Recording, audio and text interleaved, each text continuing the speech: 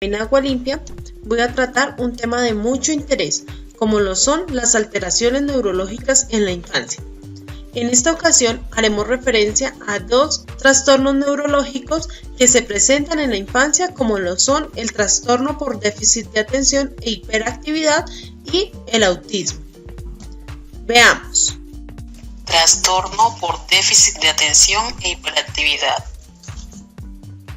El trastorno por déficit de atención e hiperactividad es un síndrome neurobiológico de etiología compleja debido a un fallo en el desarrollo de los mecanismos cerebrales. Existen diferentes investigaciones científicas que avalan el origen genético del trastorno por déficit e hiperactividad, pero no es solamente la herencia la responsable de la aparición de la sintomatología típica del trastorno. Por eso se dice que la etiología o causa de esta alteración es multifactorial. Por parte de la epigenética encontramos que las exposiciones a tóxicos, aún en dosis muy bajas pero continuadas, pueden a la larga producir alteraciones en la manera de comportarse de los genes, que se activan o se inactivan epigenéticamente, haciendo que puedan manifestarse y producir el trastorno por déficit de atención e hiperactividad. En las enfermedades multifactoriales o enfermedades complejas, no solamente es el carácter genético el que las define y las sustenta. Esto ocurre en diferentes tipos de patología. El conocimiento de los factores ambientales y epigenéticos nos ayuda a diseñar terapias de manera más amplia y específica. Por tal razón, la epigenética es más dinámica en relación con la secuenciación del ADN y puede ser alterada por condiciones ambientales y por circunstancias específicas del desarrollo. Además de los factores genéticos, en el trastorno por déficit de atención e hiperactividad existen diferentes factores ambientales que afectan a sus progenitores y a los propios pacientes y que a su vez determinan que el proceso patogénico se realice. Así pues, la desnutrición materna y fetomaterna, el abuso de tabaco por parte de la madre, el alcohol y drogas durante la gestación y mal control obstétrico pueden influir en la presentación del trastorno por déficit e hiperactividad, lo que posiblemente pueden producir un adelanto en el parto o niños con bajo peso al nacimiento. El trastorno por déficit de atención e hiperactividad se constituye, por tanto, en un síndrome neuropsicológico complejo, en el que están implicados, además de las dificultades en el proceso de atención y otras funciones cognitivas aisladas, diversos procesos psicológicos y mecanismos cerebrales. Los fundamentos cerebrales que subyacen al trastorno por déficit de atención e hiperactividad no se limitan a una zona cerebral específica, sino que involucran sectores corticales terciarios, anteriores, o sea frontales, y posteriores, y subcorticales. La debilidad funcional de estas estructuras cerebrales se relaciona con los siguientes mecanismos neuropsicológicos: regulación y control, integración de la información y activación cortical inespecífica, respectivamente. Formas de evaluación. Las formas de evaluación en el trastorno por déficit de atención e hiperactividad consiste en la aplicación de una batería de pruebas neuropsicológicas que buscan evaluar las diferentes funciones cognitivas como la atención, la memoria, el lenguaje, las frasias, el pensamiento, capacidad de toma de decisiones, así como el estado emocional de las personas.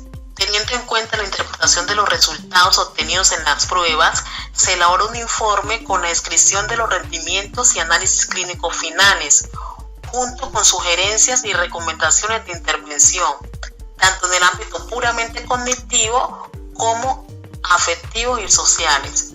En cuanto a los test neuropsicológicos más usuales en la exploración del trastorno por déficit de atención e hiperactividad se pueden mencionar. El test CPT, que permite evaluar la atención sostenida y la capacidad del control motor, función inhibitoria, la memoria del trabajo y control motor. El test Stroop es un test atencional que se encarga de evaluar la habilidad para resistir la interferencia de tipo verbal, por lo que es una buena medida de la atención selectiva. Así como la evaluación neuropsicológica infantil breve, se le puede aplicar un test de inteligencia de WISH 4 y el cuestionario de conducta de Conners. Es necesario también hablar de la intervención. Una intervención del trastorno por déficit de atención e hiperactividad exige una exploración oportuna que permite categorizar las dificultades en distintos ámbitos que representa el niño. Así como también es necesario el diseño de un programa de trabajo adecuado a todos los contextos para aminorar la expresión sintomatológica del trastorno. Para entender mejor la naturaleza del trastorno, primero se debe conocer el concepto y los orígenes neurológicos del mismo, y luego las repercusiones que tiene en la conducta del niño y que afectan su desarrollo global en el ámbito familiar, educativo y social. En este proceso de intervención también se utilizan las técnicas conductuales orientadas a estrategias de autocontrol, adaptación curricular y contextuales, en el entrenamiento en habilidades sociales y entrenamiento neurocognitivo. Ahora hablaremos del autismo, que es un trastorno del desarrollo que persiste a lo largo de toda la vida. Se hace evidente durante los primeros 30 meses de vida y da lugar a diferentes grados de alteración del lenguaje y la comunicación, así como de las competencias sociales y de la imaginación. Los niños autistas presentan conductas rígidas y repetitivas. Las personas que manifiestan este tipo de trastorno presentan actividades e intereses de carácter repetitivo y estereotipado, con movimientos de balanceo y obsesiones insólitas hacia ciertos objetos o eventos, así como también muestran poca capacidad para vivir con un grado importante de autonomía. La mayoría requiere de gran ayuda durante toda la vida. Factores genéticos relacionados con el autismo. El autismo es un trastorno del desarrollo cerebral que afecta a 1 de cada 1000 niños, cuya etiología es desconocida. Hay datos relevantes que apuntan a factores genéticos como los principales involucrados o responsables en el desarrollo del autismo. Los avances recientes en genética molecular han informado mutaciones y cambios en la expresión de distintos genes en pacientes autistas que se encuentran en los cromosomas 2Q, 7Q y 17Q. Actualmente se considera que múltiples genes interactúan para producir el fenotipo de un autista. Los análisis genéticos han sugerido un gran número de vínculos entre el autismo y los probables genes que lo causan.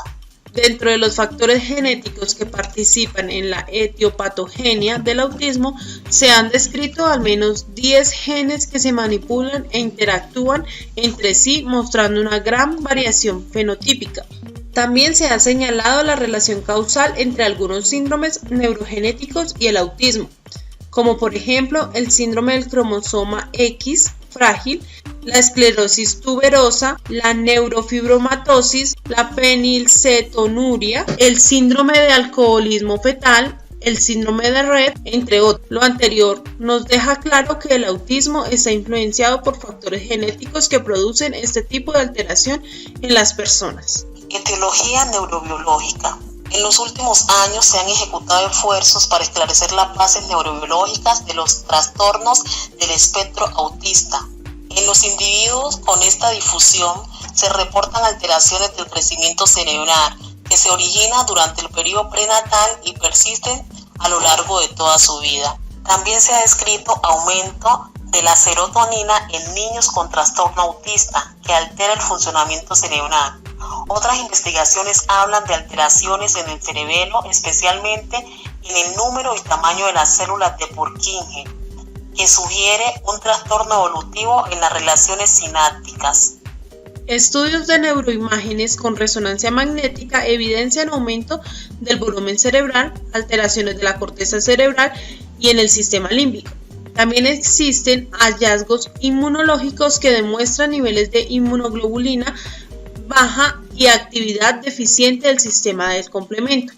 Es decir, se trata de un trastorno de base neurobiológica asociado, entre otros hallazgos, a cambios complejos en la sinaptogénesis y en la actividad neuronal, con alta heredabilidad, de etiología heterógena, en la que se incluyen causas genéticas, inmunológicas y ambientales. Características cognitivas y neuropsicológicas. Los niños con autismo muestran deficiencias cognitivas significativas en distintas áreas. Se han descrito alteraciones en el procesamiento cortical auditivo, en la atención conjunta, la orientación involuntaria, en la modulación de alerta, en el procesamiento del lenguaje y de caras. Con relación a las características cognitivas y comportamentales, el autismo se clasifica como de bajo y alto funcionamiento. Las teorías más actualizadas y que se han empleado para explicar el problema son la teoría socioafectiva, descrita por Kanner y luego replanteada por Hobson, en la que se describe que los autistas carecen de los componentes constitucionales necesarios para interactuar emocionalmente con otras personas y permiten la configuración de un mundo propio y común con los demás, lo que como consecuencia la ausencia para reconocer los pensamientos y sentimientos propios de los demás y una severa alteración en la capacidad de abstracción de sentir y pensar simbólicamente. Por otra parte, la teoría cognitiva descrita por Leslie y Fried señala que las deficiencias cognitivas se deben a una alteración responsable de que los niños puedan desarrollar el juego simulado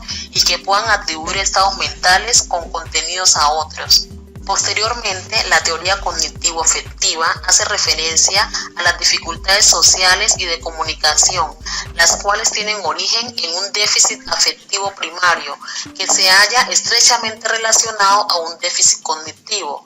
Según Mundy, esto explica las dificultades en la apreciación de los estados mentales y emocionales de los otros.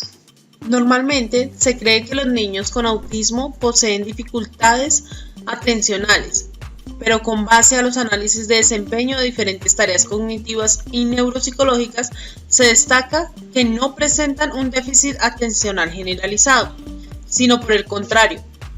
Sus habilidades a este nivel suelen ser muy inusuales. Específicamente, se ha demostrado una habilidad normal para focalizar y mantener su atención, por lo que son capaces de centrar su atención en detalles mínimos y llevar a cabo ciertas actividades de forma repetitiva y sin cansarse o aburrirse. Podemos decir que una de sus dificultades se asocian con una incapacidad para conectarse y responder a ciertas claves provenientes del entorno. Ahora miremos la forma de evaluación de este trastorno. Aunque existen instrumentos estandarizados para valorar las conductas sociales y de relación, estos tienen algunas limitaciones intrínsecas. Como se puede observar, presentamos diferentes instrumentos que son usados para evaluar diferentes aspectos en el autismo. Esta valoración exige una observación cuidadosa y estructurada. Por lo tanto, no debe limitarse a la definición del perfil cognitivo, se debe determinar el potencial de aprendizaje, además de sus necesidades educativas específicas y las posibilidades de inserción en el sistema educativo. También se debe manejar una permanente implicación de la familia y los agentes educativos y de esta forma establecer relaciones claras. Cabe resaltar que en la actualidad no contamos con un método de diagnóstico infalible, por lo cual su identificación se sigue basando principalmente en síntomas y conductas observables. Formas de intervención. Como se mencionó anteriormente, las dificultades que presentan las personas con autismo comienzan a aparecer en fases tempranas del desarrollo, cuando empiezan a desarrollarse algunas funciones cerebrales superiores, como la capacidad de comprender a los demás, es decir, de comunicación y lenguaje, comprensión de símbolos y flexibilidad cognitiva. Es allí donde cobra importancia la atención temprana que orienta la intervención en tres esferas: el niño, su familia y su entorno, para poder incidir de manera satisfactoria e intentar variar el pronóstico funcional a largo plazo. Estas intervenciones están dirigidas a potenciar las diferentes áreas del desarrollo del niño, fomentando la independencia de las actividades de la vida diaria. Aunque existen diferentes aproximaciones según la teoría conceptual, actualmente contamos con una diversidad de modelos de intervención que se clasifican de la siguiente manera: intervenciones psicodinámicas, biodinámicas, psicoeducativas, conductual y finalmente las intervenciones combinadas.